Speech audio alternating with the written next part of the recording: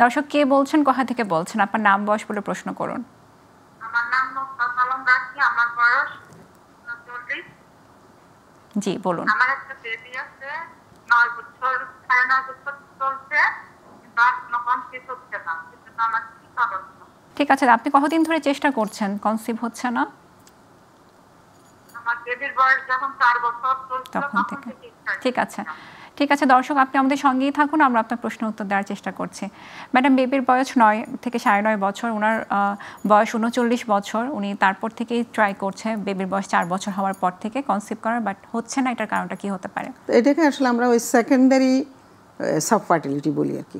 কারো যদি একদম বাচ্চা না হয়, একটাও বাচ্চা না হয়, তাকে তখন তারা বন্ধ্যাত্ব সমস্যায় ভুগলে তাদেরকে আমরা বলি প্রাইমারি সাবফার্টিলিটি। আর যাদের একটা বাচ্চা হয়েছে বা একটা বাচ্চা হওয়ার হিস্ট্রি আছে, তখন তাদেরকে আমরা বলি যে এটা সেকেন্ডারি সাবফার্টিলিটি।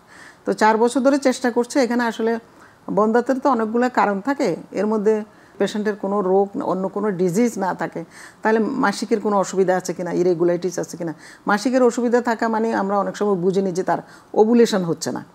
ওভুলেশন মানে আমরা বলি যে ওই যে ডিম্বাশয় থেকে ডিম বের হওয়া, ডিম নির্গত হওয়া।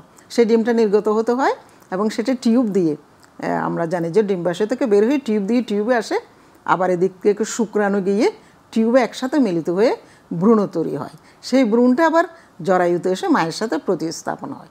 তো সুতরাং সেই জায়গাতে আমাদের দেখতে হবে যে আসলে তার এই ওভুলেশন হচ্ছে কিনা, অথবা প্রথম বাচ্চা হওয়ার পরে যদি কোনো রকম ইনফেকশন হয়ে থাকে, অনেক সময় টিউব ব্লক হয়ে যায়, তখন টিউব ব্লক হলেও কিন্তু তাদের বাচ্চা নাও আসতে পারে। অথবা যদি দেখা যায় হাজব্যান্ডের কোনো ইনফেকশন আছে বা হাজব্যান্ডের সিমেনে কোনো সমস্যা আছে, সেটা নাম্বারও হতে পারে, সংখ্যার দিক থেকে কম হতে পারে, অথবা কোয়ালিটির দিক থেকে, গুণগত মানের দিক থেকে কোনো অসুবিধা থাকতে পারে। অনেকগুলো কারণ আসলে থাকতে পারে, ওনাকে আসলে তো এগুলো কারণ আছে, তো এগুলো বের করতে হবে। তো ওই বের করার জন্য আসলে একজন গাইনোকোলজিস্টের কাছে যেতে হবে।